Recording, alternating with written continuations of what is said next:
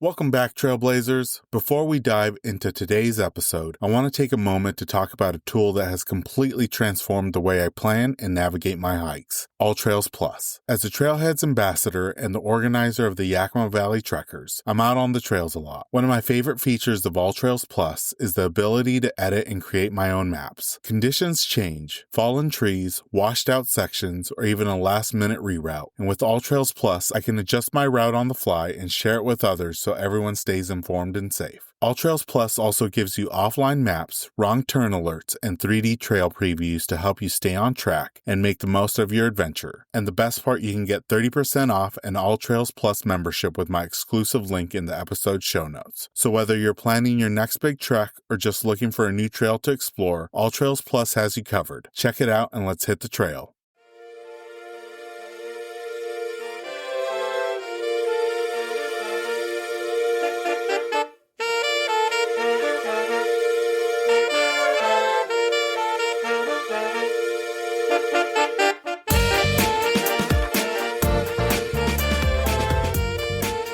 Welcome to Season 14 of the Hikes and Mikes podcast. I'm your host, Ivan, and each week we're hitting the trails through conversations with extraordinary hikers from across the United States and beyond. Spring has a way of pulling us back out there. Muddy boots, wildflowers pushing through the thaw, and trails that feel brand new, even when we've walked them 100 times before. There's something electric about this season. When the days stretch longer, the snowpack starts its slow retreat, and the mountains finally say, "Come on up." This season, I've had the privilege of sitting down with hikers whose stories carry the same sense of renewal, of fresh starts, new summits, and the kind of momentum that only comes when you've been waiting all winter to lace up and go. From early season ridge walks and creek crossings swollen with snowmelt to the quiet joy of watching the landscape wake up mile by mile, the voices you'll hear this season remind us that the trail is always calling. You just have to answer. So shake off the cabin fever, air out the pack, and get ready. Season 14 is here, and the conversations ahead are as alive, layered, and full of possibility as a Pacific Northwest spring. What happens when a touring musician trades the stage for the trail and starts breaking records? Meet Cody Taylor, former drummer, endurance coach, and unsupported fastest known time holder of both the Bruce Trail and International Appalachian Trail. In this week's episode of Hikes and Mikes, Cody takes us deep into what it really means to go fully unsupported, carrying a 55-pound pack, filtering water from the ground, and sleeping on course while burning more calories than he could eat. He breaks down the brutal lessons learned on the Bruce Trail, hallucinations from zero sleep, back chafing from a failing pack, running out of food with 100 kilometers left, and how those hard lessons transformed his International Appalachian Trail experience into something extraordinary. We talk nutrition, magnesium, mental toughness, pack weight strategy, and why dialing in your sleep system changes everything. Cody also opens up about his identity shift from musician to athlete, running a coaching business with his high school sweetheart, and why he's now eyeing an unsupported out-and-back record on Vermont's long trail. Without further ado, let's jump into this episode with our guest, Cody Taylor.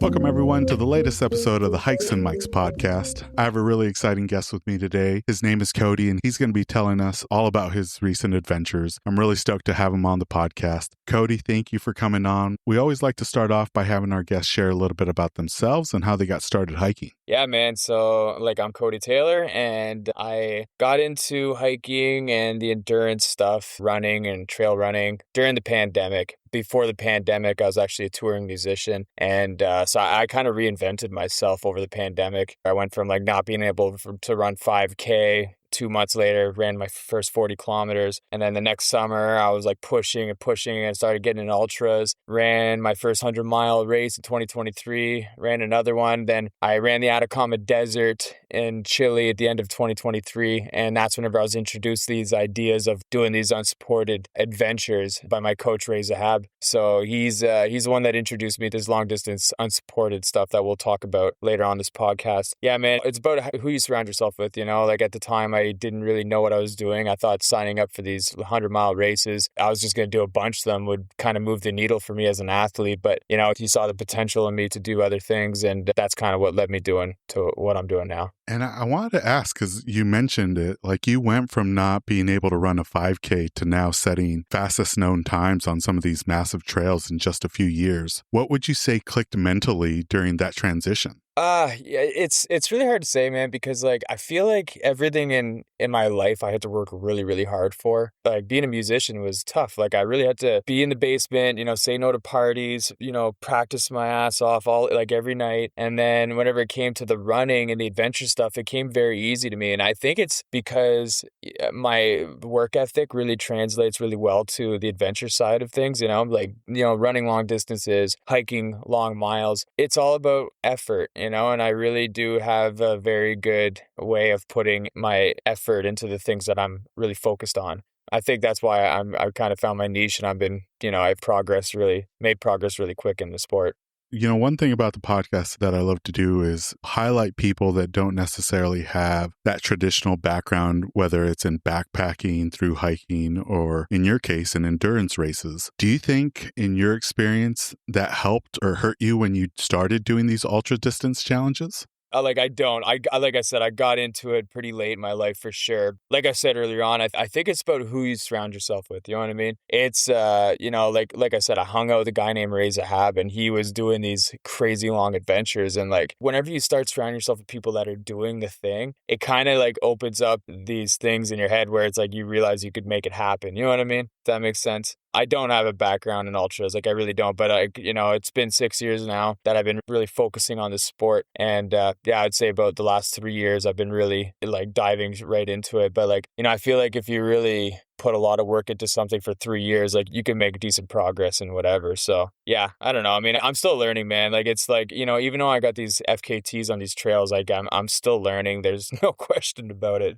Yeah, and you're definitely pursuing it. And, one thing that caught our attention is you said you've learned a lot the hard way. What's one mistake early on that completely changed how you approach these efforts now? I mean, for sure, nutrition. Like I remember whenever I was first starting running. I was just road running at the time, but I was like doing like 30-kilometer runs, 40-kilometer runs. But I remember one time I had to go get my mom to pick me up because like I was like running hard, but I had like a Vans book bag and I just had like a 3-liter bladder of just water. And then I had Cliff Bars and like, no electrolytes, not proper nutrition. And like, I remember my pace just started like dipping to the point where I was walking to the point where I was like basically crawling, and I had to call my mom to pick me up. So it's like, whenever I started like kind of figuring out nutrition and electrolytes and good foods I could stomach, man, that's whenever it was a game changer for me. Then I was able to kind of go forever. It's all about the nutrition and obviously like good rest too. Sleep is a really important thing too. So, and I got to ask, Cody, has there been a specific product, whether it's nutrition or electrolytes, that really helped improve your efforts on the trail? I really like Element. Element's really good for my sodium intake. And then for like food, I've been really a big fan of Lera bars. Yeah, so it's like Lera bars, like 3 ingredients, you know what I mean?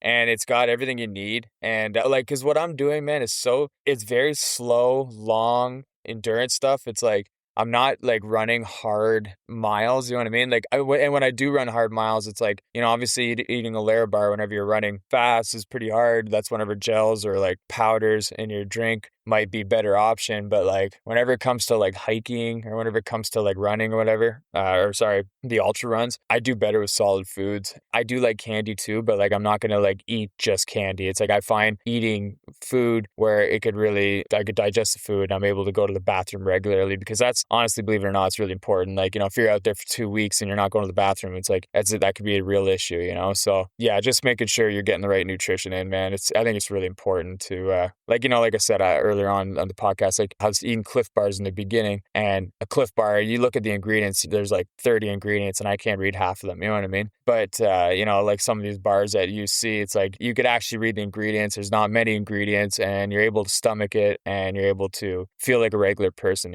So that's really important for me. One thing that I wanted to ask you is you've done both the Bruce Trail and the International Appalachian Trail, and both those experiences were different. But in your personal experience, how did they differ both physically and mentally? The difference between the two trails is like I had no experience going to the Bruce Trail, and then I had so much experience going to the International Appalachian Trail because of the Bruce Trail. So whenever I went to the Bruce Trail, like I had no idea I could even move that kind of distance. 900 kilometers, like 550 miles. It was just like I don't know what I was thinking, man. Like I went into it very naive, and then I remember day 7 I had a panic attack, and I'm like freaking out because I'm like, what am I doing, And then the International Appalachian Trail, like I went into that knowing I'm like, okay, like I know I can move for 2 weeks. In fact, I know I can move even longer. Like I realized and I witnessed my body just adapt to being on trail and being able to move for that long. It's a crazy experience, man. I really believe in just doing the thing. Like whether it's hiking or anything else in life, it's like you're only going to learn by doing it. Like I've ran multiple businesses now, and it's like I've went into running these businesses with no experience, no background, like not much of a background in what I was doing,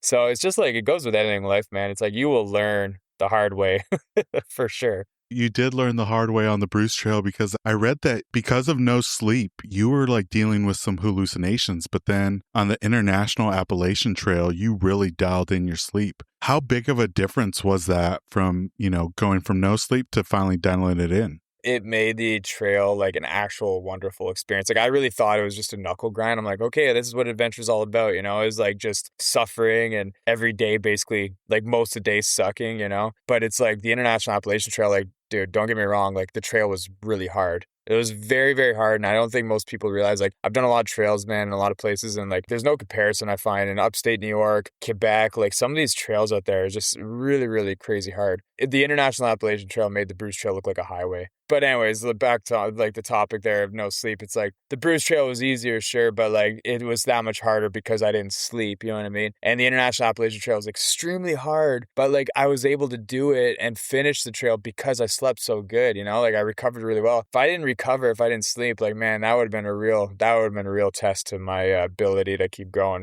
because, oh my God, like that was, it's pretty crazy. Like I didn't even have any FKTs to beat. I was the first one to do it. And that trail's been around forever. So it's like, it was, I don't know. I'm really interested to see if anyone's going to go out there and try and attempt the unsupported FKT for that trail. Cody, for me, I've been trying to dial in my sleep system for backpacking trips, and I still haven't found the right setup to get me a good night rest in the backcountry. What made a huge difference in your experience, and how were you able to get better sleep out there? Magnesium, man. Magnesium. A lot of magnesium, and I didn't take any of it on the Bruce Trail. And then I remember I got back home and I talked to my coach. I'm like, dude, like I don't understand. Like I didn't sleep. Like the first 7 days I didn't sleep, and then like I was so sleep deprived that every day after that, like I was sleeping, but I was only sleeping 4 hours, and it was not enough, man. I needed like 8 hours, and I needed 3-4 days of 8 hours of sleep. But yeah, it was on the IAT. I got into the magnesium and even a little bit of like Tylenol too, like just in the beginning, because like your feet and your legs are pounding, so it's like just to kind of like numb the pain a little bit and then pass out. That helped a lot. So for sure, like, and then after, man, like your feet and everything, it's just like you're kind of used to it. Like I said, you kind of get the trail legs on you, and then you're able to kind of keep moving with, like I said, no pain at night. But the magnesium, I don't know what it is, man. I can't really tell you why it works, but it definitely worked for me. And I just couldn't believe the difference, man, of how I felt. Like I didn't hallucinate once on the IAT, and the Bruce Trail, I hallucinated every single day. Like literally probably every couple hours I'd have these micro hallucinations where I saw people on trail like applauding me, or like, animals that like weren't there. Like it's a really, you just laugh about it because it's like there's nothing you could do. But yeah, I don't know, man. It's a crazy experience, those micro hallucinations. I bet. No, that's a good tip, man. I've started taking, I think it's magnesium glycinate just for my regular sleep. And maybe I do need to incorporate that on the backcountry. It's just take a few pills. Are you not bringing magnesium at all when you're on the trails? No, I just started doing magnesium maybe like 3 months ago, and it's really been helpful just for, regular sleep, but I need to incorporate it into the backcountry pack list. No, I was going to say, if you're not a back sleeper, like I know having a good mattress is really important too, like a good sleeping pad. And then, whenever you're doing super long days, you could basically sleep on anything, but I know a good sleeping pad will go very far. Now, with doing these hard adventures, Cody, I feel like sometimes when you are doing something difficult and you are having to experience with hallucinations or maybe some other challenges, there could be moments where, either negative thoughts or doubt kind of creeps in. In those early moments, whether it was on the Bruce Trail or even on the IAT, was there ever a moment where you thought this might be it? No, man, I'll be honest with you. When I say I'm going to do something, it's like this is what happened to me, man. Like on the Bruce Trail, I was so naive that like I just like went in there, like I was like, I'm going to get this thing done, like no matter what. And then I remember like halfway through the trip, all these issues started happening. Like my back was chafing really badly. I started losing the skin on my back. I had a blister on my toe that like I thought was going to be infected. So like you're on trail and you realize things could happen to you that might take you out of the race, even though you don't want to. You know what I mean? So after the Bruce Trail, it made me realize, okay, like, it's like anything could happen. It doesn't matter how prepared you are or how good a shape you're in. Like you could twist your ankle like badly on a rock and that could be the end of your adventure, So I realized that on the IAT. And the IAT, I went in there just being like, okay, you know what, whatever happens. But like, I knew I was going to get the job done, It's like, I'm in shape, man. I'm young enough and I put a lot of work into this. And it's like the one thing I'm focused on all year. So going into these adventures, I'm very strong-minded that way. But, again, it's like, I feel like year after year after year, like this trail I'm going to do this year, it's like, you're always questioning yourself. It's like, well, it's like, anything could go wrong. Like, it could be your backpack fall apart, there's all kinds of things that happen on the Bruce Trail that you realize could happen to you in any other trail, in any other situation, So it might not be you that pulls you out of the race. It could be a gear issue, or it could be a gut issue. Maybe it's something that you ate that was not good. It could be anything. So it is what it is, man. But like I said this the other day on another podcast, but like this is the first year where I'm kind of realizing like it really doesn't matter about the outcome anymore. It's like about the preparation and you get in good enough shape and you go into these things like I feel like you've already won. It's like you like you being on the start line. It's like you've already won, man. You're already healthy enough to do these things, and yeah, man, you're focused, you're disciplined all year. It's like I just feel like I've experienced a lot in my life that whatever happens next going forward, it's just bonus, man. I'm just having fun now. One thing I did have to ask, because we're getting into backpacking season here in North America, and every year I feel like people are trying to lose a little bit of their pack list just to make things a little lighter. So when I read that you're carrying a 50-pound plus pack on some of these trails, I knew I had to ask you, like, what does that feel like? Because like I went from a 35-pound pack to now a 25, and I'm hoping to get under 20. But what does it feel like carrying that weight, for multiple days on your back? Well, I mean, so it starts at 55 pounds, but I lose 2.5 pounds every day as I go through my nutrition, right? And this year, actually, my nutrition per day is 1.75 pounds, so it's going to be even lighter. But it's hard. It's hard on the body. You don't feel it the first day you're flying. Second day, it's a little heavy. Third, fourth day, it gets like long days for sure. I would even say the second day, like towards the end of the day, it gets super long as well. But I find after day 4, it's like you already feel like your backpack's way lighter and you're moving a lot quicker. And like I said, man, it's that you get your trail legs on you, like you kind of get used to it. And then by the time you're used to it, your backpack's already like way lighter. So it's just the first few days that kind of like suck. And then if you could kind of get through those, like you're kind of golden, But yeah, it's, I remember the backpack I had on the Bruce Trail. I had to get a new one for the IAT, but the buckles started breaking the first day and I had a 2-week adventure. So like literally the buckle snaps. What ended up happening was the straps kept coming loose on the backpack. So that's why I had back chafing on day 4 on the Bruce Trail, because my backpack kept sliding on the back. Little things like that. So you just got to make sure you got good gear and test it out ahead of time, which I did on for the Bruce Trail. But and that backpack I had, I did have issues with it before, but I was just like, I just didn't know any better. I'm like, I guess that's what happens with heavy loads. These straps just come loose, So again, man, it's just learning the hard way. It's going out there and figuring it out on the fly. And I went to a Durston backpack. They're a Canadian brand, and I give those guys a shout out all the time. That backpack that I have is rock solid, man. It's like I load that thing up, and it's the straps, like nothing's loosening up on me. It's solid as all hell. So. And Cody, you've mentioned several times now that nutrition plays a key role in your adventures. And one thing that surprised me is that you were packing, I think it was like 4,000 plus calories a day. But because of what you were doing, you were still losing weight because you were burning more calories than you were putting in. And in your experience, how is it balancing, getting enough calories versus not, packing extra weight? Because like you said, you moved from 2 pounds a day to now 1.75 pounds, right? It was 2.5 pounds to 1.75 pounds. So yeah, it's because the trail I'm going to be doing next might be anywhere between 15 and 20 days long, and it's unsupported. So it's like, I'm really trying to get the backpack like around 55 pounds, and I don't want to really go heavier than that. Then I'd have to get another backpack, and I just like all these things. It's like, I'm really going to try and push for the 15 to 20 days and just like pack later. But yeah, I don't know, man. It's crazy. Like, I just feel like, the body's meant to move. Usually I pack on a little bit extra weight too before a big adventure. So it's like, you end up kind of burning through fat cells as well. And like, I remember like on the Bruce Trail, like I ran out of food in the last 100 miles. Like I had like 100 kilometers left and I had just a pocket full of pepperoni. I lost like 25 to 30 pounds. But like, I remember like I did like a 50-hour push with like just a couple of dirt naps and no food. And towards the end of that push, I remember I found this crazy amount of energy, so it's like the body will adapt, and it's like, eventually it will shut down, but it's like in that short period where it's like, like back in the day when people used to go out and hunt for their food, it's like they wouldn't go out with a full belly. They would go out hungry, and then sometimes they would go days without eating. You know what I mean? So it's like, that's kind of like the mindset that I had. It was just like, it's a very primal thing to do, is to go out and move for hours and hours and hours and, not have nutrition in the belly. It's a crazy thing that what the body could do.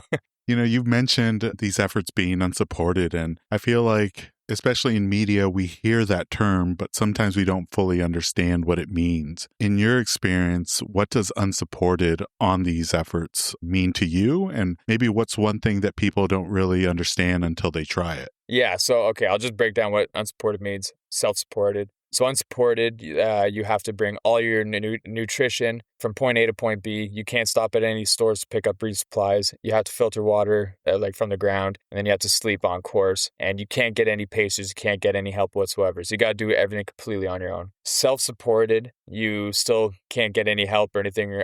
You can't get any pacers. You can't stop at stores. You can't resupply. So that means you can start off with like a 30-pound backpack, stop at a store, and then kind of like keep resupplying. And then supported means you could like just get fully supported, like people following you, feeding you, you know what I mean? Like you don't have to carry anything really. So that's whenever a lot of these really good athletes like Tara Dower, like they're flying through these trails because they got a good team with them and they're great athletes. So the logistics behind unsupported, like people think it's a logistical nightmare, but I think it's actually super easy because like all you have to do is pack your food and then get dropped off in the front of the like start of the trail, and then you just do the trail that you get picked up at the other end, So it's like, I think the logistics are really hard for supported FKTs because these guys have a whole team. They have like a whole crew that they got to take off work. You know what I mean? They have to coordinate where they're going to be. Like, it's just way tougher to do that. And I think the unsupported journeys are just super fun because they're just easy. You know what I mean? I mean, obviously there's a little bit of planning involved, but it's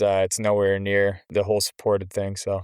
And one thing I'm understanding, Cody, is that you definitely have like this mental toughness to get through some of these adventures, and kind of like reading up on your experiences, you've had to deal with issues on the trail. Like I think your trekking pole broke on one day, or on day one, you dealt with an open wound early on. What's your process like on trail? Like, do you slow down and try to solve it, or do you just kind of keep moving and adapting? No, man. So that's one thing with unsupported. You really have to be disciplined. Like the moment you feel a hot spot on your toe, you have to stop instantly. Take your shoe off. Like even if your backpack's 55 pounds and you just took it off to filter water and you like walk up the trail and you feel a hot spot, like you have to take your backpack off again and then address the situation, because like a simple thing like a toe that's blistering up, if you keep pushing through that could be a disaster down the road and it could ruin your adventure, So it's about knowing when your body is like kind of screaming at you to stop and give it the time that it needs or address the situation. So that's something that I was like really, like I remember, for example, like on the Bruce Trail, like the first day I realized like socks were giving me blisters. I was retaining too much moisture. So I ended up not wearing socks the entire Bruce Trail, 900 kilometers, 550 miles, no socks. And what I was doing was every time I had like a little hot spot on my toes, I just leukotape. I put like this tape, the medical tape on my toes, and the tape would stay on for the day. So like I was just taping my feet and just a little bit of lubricant, and like that was it. And I was able to like, I went through the whole trail with no socks. Yeah, man, just like things like that, it's you're just constantly just addressing little situations, and sure, it might slow you down and you will get quicker with more experience because you'll like learn these things. But like, yeah, the only way you could get it done is by being disciplined. And Cody, you mentioned that in the past you used to tour with a band, and I think I even read that you used to run an HVAC business. Now you're a coach, an endurance athlete. You did a big shift in your life. Do you feel like a completely different person now, or the same person in a different arena? It's funny you say that. I kind of still feel like the same person. Whenever I was in my band, we were a startup band, and like we were doing our own music too, like original music. And like we were constantly promoting our business, promoting the band. And so I learned so much from doing that and being a touring musician, like promoting myself on the road, that now I'm doing the same thing. Like, I reached out to you to be on your podcast, which I'm super honored to do. You know what I mean? And thank you for this. But it's just like, it's the same thing, man. It translates to exactly what I was doing from whenever I was younger. It's just like, I'm promoting what I'm doing. I'm promoting these trails. I got the Instagram, I'm doing the posts, and just building this business. I run this online company with my wife. She's a nutrition coach, and I've been with her since I was 16. Like, I'm 33 now. So we're high school sweethearts, and we're working together, and it's a lot of fun, man. We're doing it together, and we're just kind of helping people just make shifts in life. I know, speaking from experience, like whenever I put my focus on my health and fitness, it just made me a better person. So doing the coaching was just, it was what I was passionate about. When I was doing HVAC, heating and cooling, like when someone's furnace would break down or their air conditioner would break down, and then I'd go fix it and give them this $5,000 bill, like they were never happy. You know what I mean? And then like now being a coach, and whatever people invest into our coaching program, and then they lose that little bit of weight, or they're able to run that ultra marathon, it's like they're so stoked. It's just a totally different vibe. I feel like everyone's just very happy to be working with New Normal, like with my wife and I. And it's a very fun experience, and I'm very grateful to be doing this. And Cody, you serve as a big inspiration, because I feel like when it comes to these adventures, you just send it. And I feel like sometimes people, including myself, wait and say, once I'm ready, or maybe one day. And one of my favorite quotes is like, you get a choice. It's either one day or it's day one of the journey. For folks that are stuck in that phase of waiting to feel ready or waiting for the right moment, what advice would you give them to just send it on some of these adventures that they're planning? Surround yourself with the right people. I think that's really important. So it's like, if you wanted to run your first 100-mile race, you reach out to guys that run 100-mile races, you know what I mean? And then you start making friends with them, and then start training with them and picking their brain, and like, just surround yourself with those people. Like, I know, back in my band days, the music days, like I reached out to these guys, and then, these guys were way better musicians than me. I was always worried about getting kicked out of the band because I wasn't good enough on the drums, but they liked me, and I got better. And then next thing you know, I'm like been in the band with them for quite a few years, and we ended up playing major festivals in front of thousands of people, all because I was surrounding myself with those people. And then with running, it's like I went from not being able to run 5K to like 3 years after that, like running the Atacama Desert with this legend named Ray Zahab, and he introduced these ideas to me. But like his stories, when I was on this 7-day expedition in the desert, I just was like thinking to myself, I'm like, well, if he could do it, why can't I? You know what I mean? So it's like, whenever you start thinking that way, and you're surrounding yourself with those people, and you're around that kind of energy, it's like, man, I'm telling you, man, like the only thing that's holding you back is yourself. You know what I mean? So obviously you have to be prepared. You got to be physically and mentally prepared. But like, if you're thinking about doing something like that, running 100 miles, it's like, I feel like you're already there. You're pretty close to it anyways. You just gotta maybe dial in a couple things. And, that's whenever having a coach might help. Like whenever I coach these people to run a marathon or an ultra marathon, whatever, it's like, they're pretty well there. It's just a little bit of guidance, a little bit of like sharing what my experiences were like doing these things. It's just kind of guiding them through the preparation. And it's like, we've gotten like nothing but success stories with a lot of our clients, because they're all ready to do it. If they're going to invest in a coach, they're already ready to do it, So yeah, it's like, I'm very passionate about, like, if anyone wants to do anything crazy, it's like, I'm all for it. And like I said, it doesn't have to be running or hiking or anything. It's like, could be anything in life. It's just like, if you really want to do something, just put your best foot forward. You know what I mean?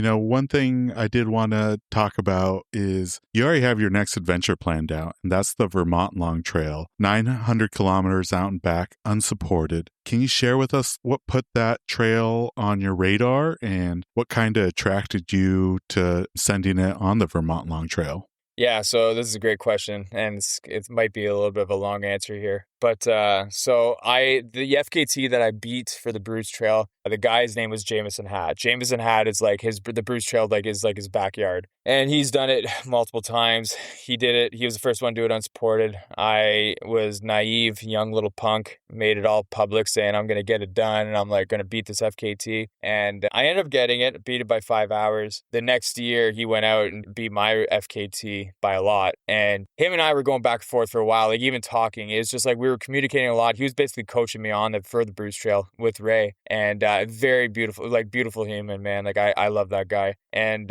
so anyways, after he got the FKT and I finished the IAT, I just reached out. I'm like, dude, let's do an adventure together. Like, let's do something together. Like, it'd be like a full circle moment, you know? So we went out to the Adirondacks. We did this Bob Marshall Traverse, and we were going for an FKT as an out and back. Well, we ended up failing it. And it's funny because like it was just like a 2 or 3 day adventure, and we ended up failing it whenever he's done like multiple weeks and I've done multiple weeks, and we can't do something that's 2 days, 3 days together. But anyways, we ended up having a good time. But he saw, because we were in the Adirondacks in the mountains, he saw that I was very, very good like climbing and descending. More descending. I think he was really I think he just had a lot of good things to say about me with my descents. And his original plan was to do the long trails and out and back, because the long trail is a premier route in the FKT world, and a lot of the best athletes in the world have done the long trail, but only one way. So the long trail is 900 kilometers, 550 miles or whatever, and 135,000 feet of climbing. So it's like there's a ton of elevation in there, and he just didn't think he had what it takes to do the long trail. So he's got his sights on something else. He's actually going to be doing a trail that's like something like 1,300 miles. It's way flatter, but like I think it's going to be like one of the longest unsupported FKTs ever. So like I think he's going for it like this April or something like that. So if you want to have a good guy on the podcast, I definitely recommend having him on. He's super cool.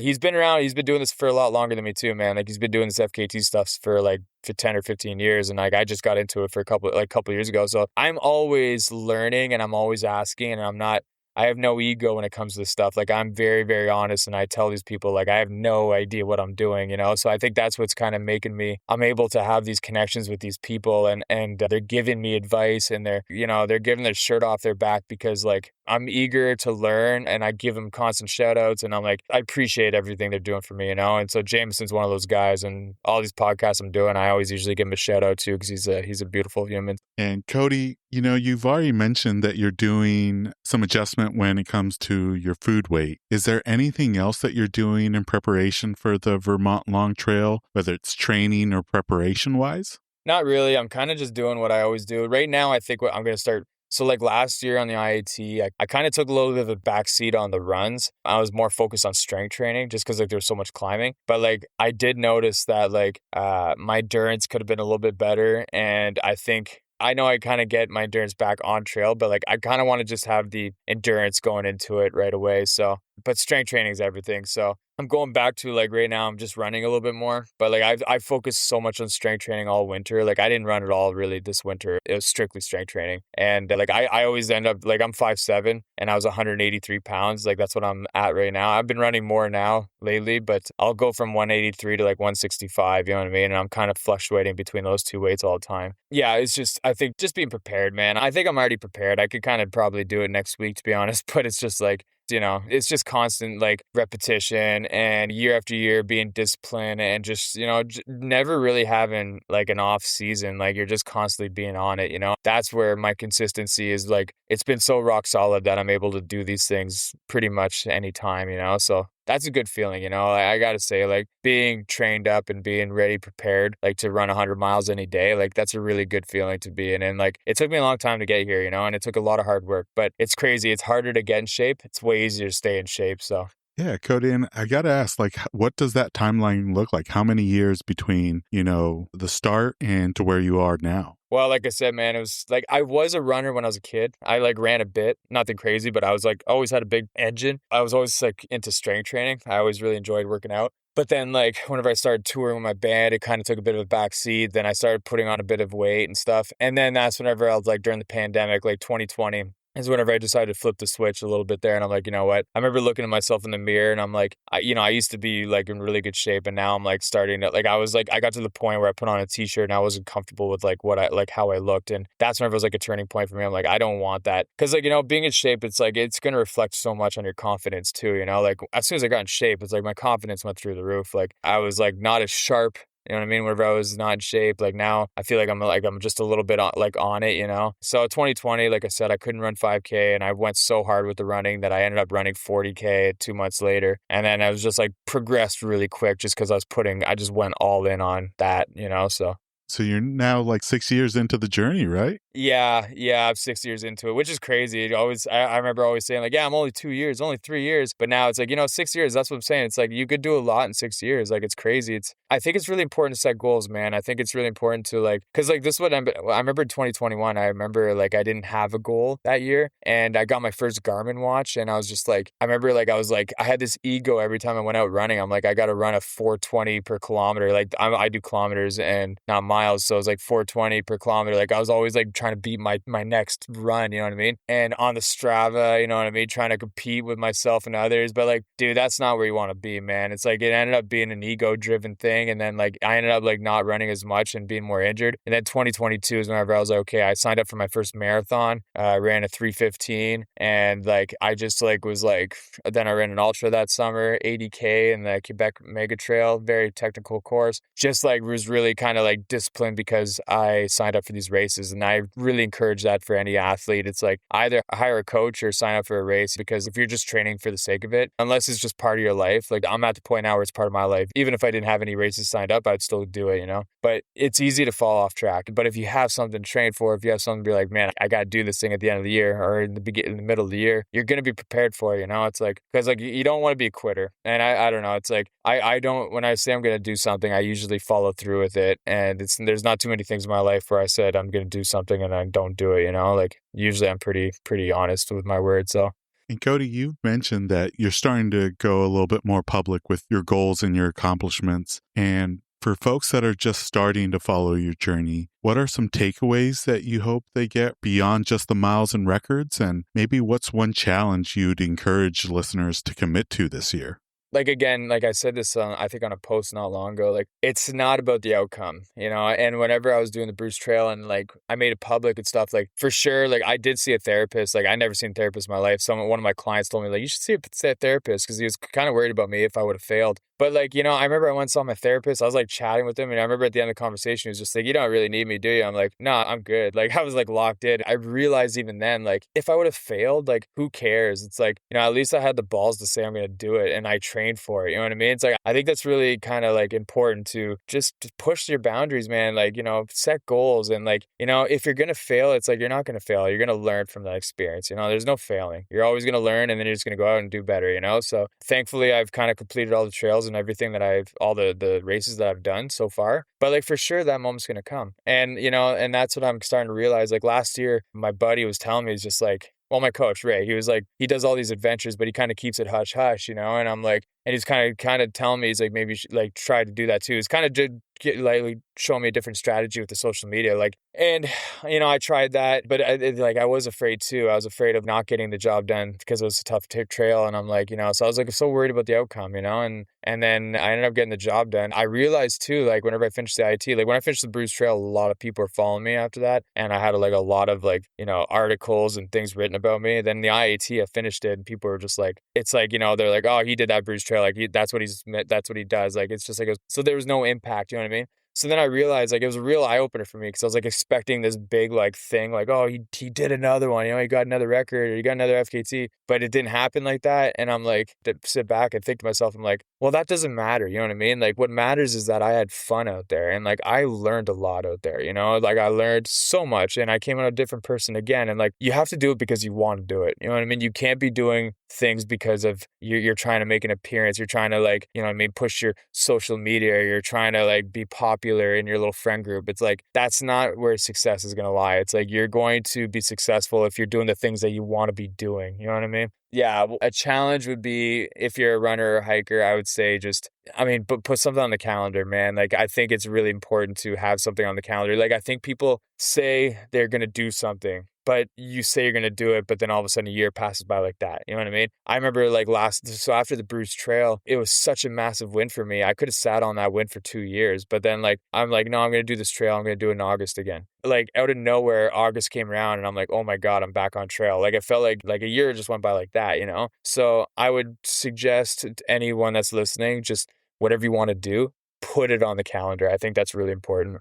That was it for the regular questions. We always like to ask these next set of questions to all our guests that come on the podcast, and I'm really interested in hearing your responses. The first one is, do you have a pre-hike ritual or maybe a first mile mindset?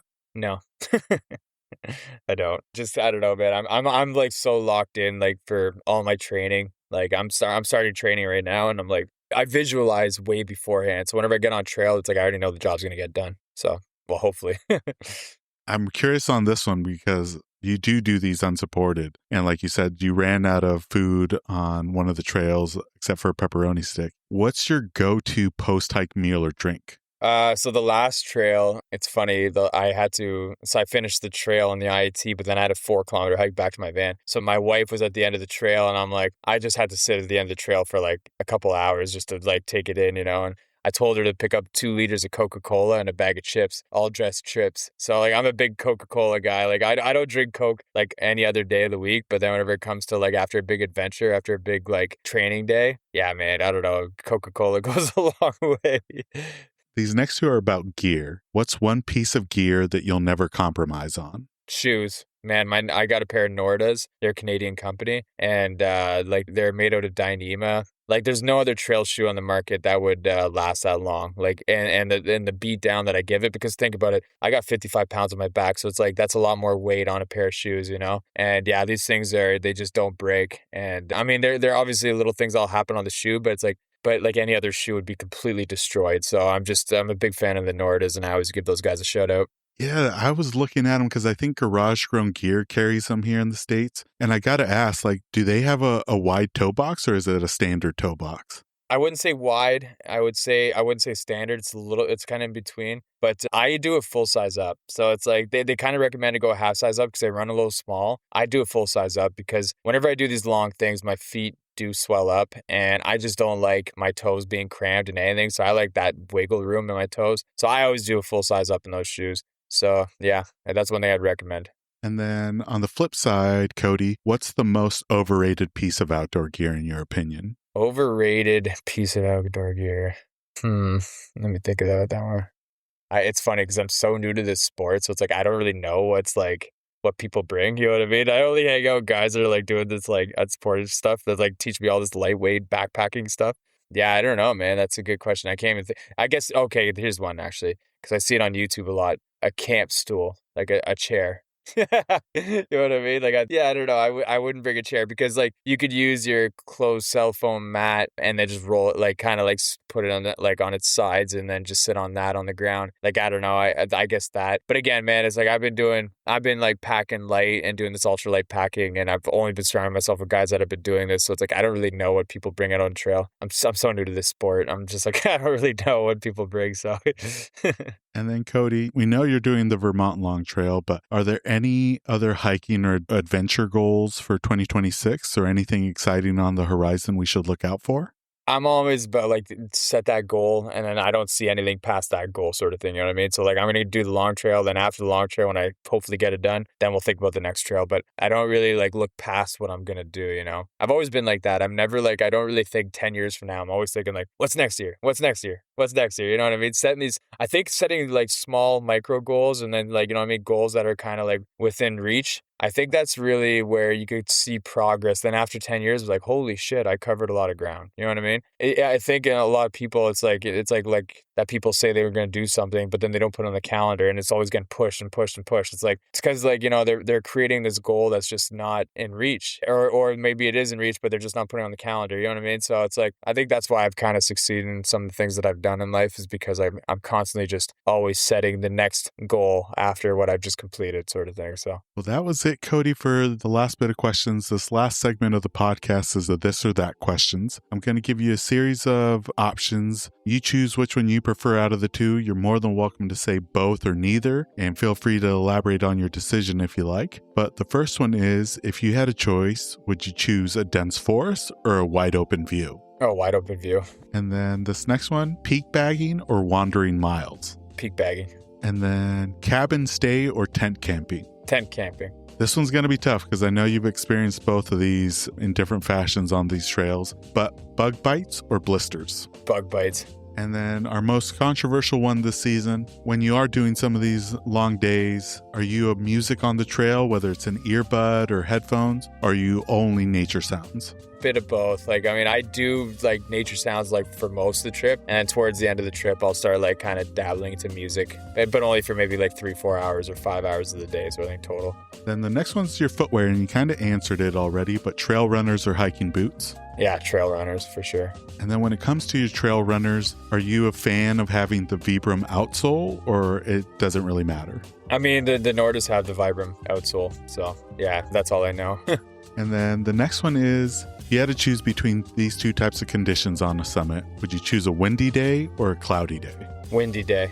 And then this one's going to be tough because Canada has some beautiful national parks, but if you had to choose, would you go with national park or a hidden gem? Hidden gem. And then spring wildflowers or fall colors? Well, I'm colorblind. So, you and me both, Cody. Yeah, I got a pair of colorblind sunglasses for the first time, so I saw fall colors for the first time this year. So maybe fall colors now. Oh, so I got to ask you, Cody, because I tried the glasses on, but it was in Arizona where there wasn't much color because it was the dead of summer. Did you notice a big change in the fall colors when you put them on? Huge. Yeah, that's what I was I put them on. I'm like, holy geez, I've never seen a red tree before ever. And I'm like, this is insane. You just convinced me that I need to get them for not just the fall, but this upcoming spring wildflower season here in the Pacific Northwest. Now, the last one, Cody, is, are you a type 1 or type 2 fan? Type 1.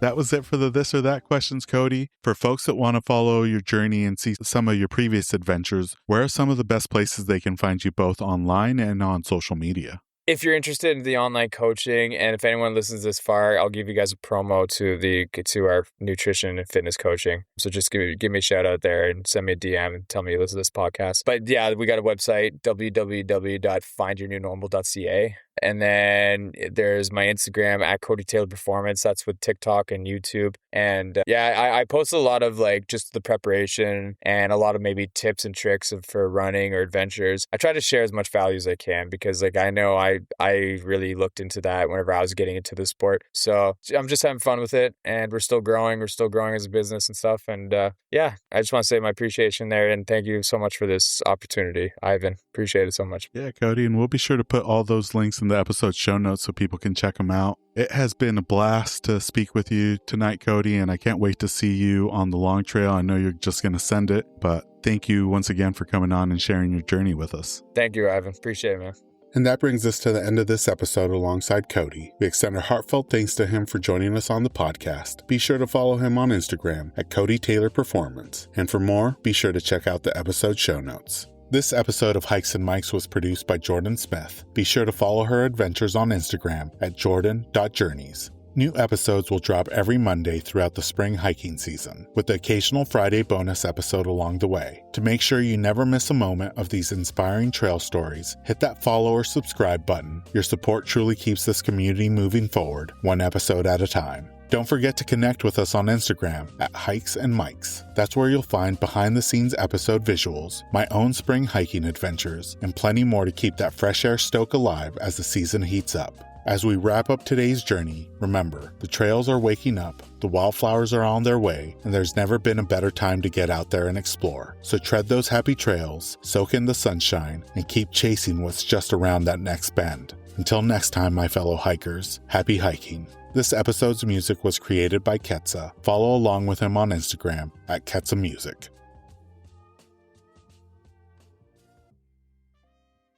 This episode is brought to you by Ursa Minor Outfitters. Folks, I'm absolutely in love with my loon mug. It's handmade, it's an absolute piece of art. Whether it's at the office or at the house, people keep asking to check it out. If you're not a loon fan, they also have other beautiful mugs for wildlife fans of moose, bears, and eagles. They specialize in products highlighting the outdoors and local pride through quality design by local artists. They've even started expanding into items beyond mugs, like apparel, dog accessories, and soon candles and more. They also try to partner and highlight other small businesses, and in some cases, forego profits in lieu of charitable giving to help their community, such as the dog rescue. So check them out, ursaminooroutfitters.com, and enter promo code HikesMikes10 at checkout to receive 10% off your order. And for our four-legged hiking partners, they also have a portable silicone dog bowl and also a sweet over-the-collar dog bandana. Go check them out, ursaminooroutfitters.com, and don't forget to enter promo code HikesMikes10 at checkout to receive 10% off your order.